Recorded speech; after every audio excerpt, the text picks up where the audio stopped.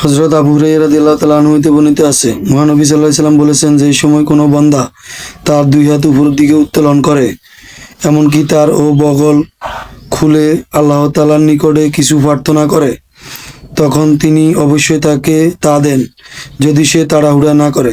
সাহাবীগণ বললেন, ইয়া রাসূলুল্লাহ, তাড়াহুড়া আবার কি?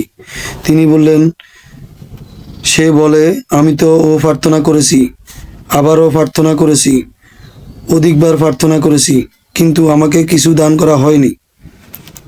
হাত উত্তোলন অংশ ব্যতীত হাদিসটি পুরো সহিহ মুসলিমে রয়েছে।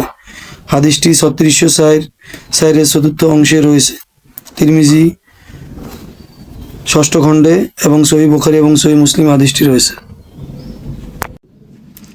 আবু হুরায়রা রাদিয়াল্লাহু তাআলা আনহু হতে বর্ণিত আছে, তিনি বলেন, রাসূল সাল্লাল্লাহু আলাইহি সাল্লাম বলেছেন, হে আল্লাহ, আমার কান ও আমার চক্ষুর মাধ্যমে আমাকে উপকৃত করো, এই দুটোকে আমার উত্তরাধিকারী করো, মৃত্যু পর্যন্ত অটুট রাখো। যে লোক আমার উপর অত্যাচার করে তার বিরুদ্ধে আমায় তুমি সহযোগিতা করো, এবং তার হইতে তুমি আমার প্রতিশোধ গ্রহণ করো। হাদিসটি 3607 অংশে রয়েছে এবং রাজুন নাদির কিতাবে 190 নম্বরে রয়েছে। আবু হুরায়রা রাদিয়াল্লাহু তাআলা আনহু হতে বর্ণিত আছে যে তিনি বলেন, মহানবী সাল্লাল্লাহু আলাইহি সাল্লাম বলেছেন, যে কোনো ব্যক্তি আল্লাহর নিকট দোয়া করলে তার দোয়া কবুল হয়, হয়তোবা সে দুনিয়াতে তারও ফল পেয়ে যায়, অথবা তার ও আখিরাতের ফাতহ হিসেবে জমা রাখা হয়, অথবা তার ও দোয়া সমপরিমাণ তার গুনাহ মাফ করে দেওয়া হয়, যতক্ষণ না সে ও পাপ কাজে অথবা আত্মীয়তার সম্পর্ক ছিন্ন করা দোয়া করে, অথবা দোয়া ও কবুলের জন্য তাড়াহুড়া করে। সাহাবীগণ বললেন, হে আল্লাহ রাসূল সাল্লাল্লাহু আলাইহি সাল্লাম, তাড়াতাড়ি করে কিভাবে? তিনি বললেন, সে বলে, আমি আমার ও আল্লাহর নিকট ও দোয়া করেছিলাম, কিন্তু আমার দোয়া তিনি কবুল করেননি। হাদিসটি তিরমিজিতে 3604 নম্বর রয়েছে এবং 4-3 রয়েছে।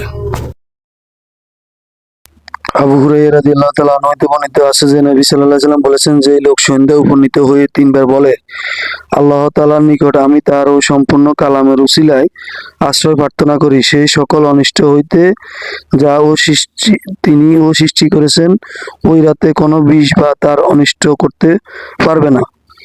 সুহাইল রহমতুল্লাহ আলাইহি বলেন, আমার পরিবারের লোকেরা এই দোয়া ও শিখে তা প্রতি রাতে পড়ত। একদিন তাদের একটি মেয়েকে ও দংশিত বা কামড় দেয়, কিন্তু তাতে কোনো যন্ত্রণা অনুভব করেনি।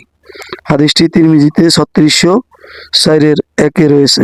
হাদিসটি সহিহ মুসলিমে রয়েছে, তারিকুর রাগিব কিতাবে 1ম খণ্ডে 226 নম্বর রয়েছে।